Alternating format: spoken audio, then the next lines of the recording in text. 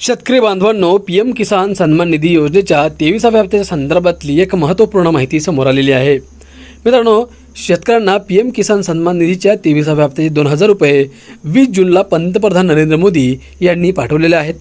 त्यामुळे बऱ्याचशा शेतकऱ्यांना यांचा फायदा झाला, परंतु राज्यातील आणि देशभरातील असे लाखो शेतकरी अजूनही या हप्त्यापासून वंचित राहिलेले आहेत। मग कोणत्या कारणामुळे त्यांच्या खात्यामध्ये पैसे जमा झालेले नाहीत?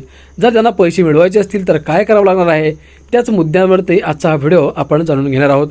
त्यामुळे मित्रांनो, तुम्ही हा व्हिडिओ शेवटपर्यंत बघा आणि आपल्या माझी माहिती या यूट्यूब चॅनलला सबस्क्राईब नक्की करा। मित्रांनो, शेतकऱ्यांसाठी अत्यंत महत्त्वाची बातमी आहे। केंद्र सरकारच्या पीएम किसान योजनेचा 23वा हप्ता 20 जून रोजी शेतकऱ्यांच्या खात्यात जमा झाला। यामध्ये 2000 रुपयांची आर्थिक मदत शेतकऱ्यांना मिळाली। मित्रांनो, पीएम किसान योजनेत शेतकऱ्यांना वर्षाला 6000 रुपये दिले जातात, तर 4 महिन्यांनी शेतकऱ्यांच्या खात्यात 2,000 रुपये जमा केले जातात।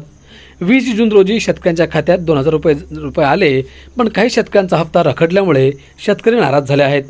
पण योजनेच्या नियमानुसार तुम्ही काही प्रोसेस पूर्ण केल्याशिवाय तुम्हाला याचा लाभ घेता येत नाही।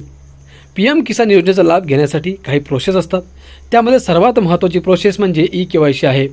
जर तुम्ही ई-केवायसी पूर्ण केली नाही तर तुम्हाला कोणताच हप्ता दिला जाणार नाही।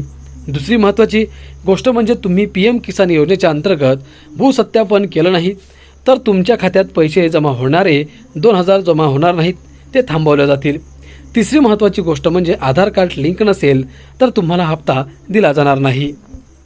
मित्रांनो, पीएम किसान योजनेचा हप्ता जर काही कारणांसाठी रखडला असेल तर त्याचं कारण तुम्ही जाणून घ्या।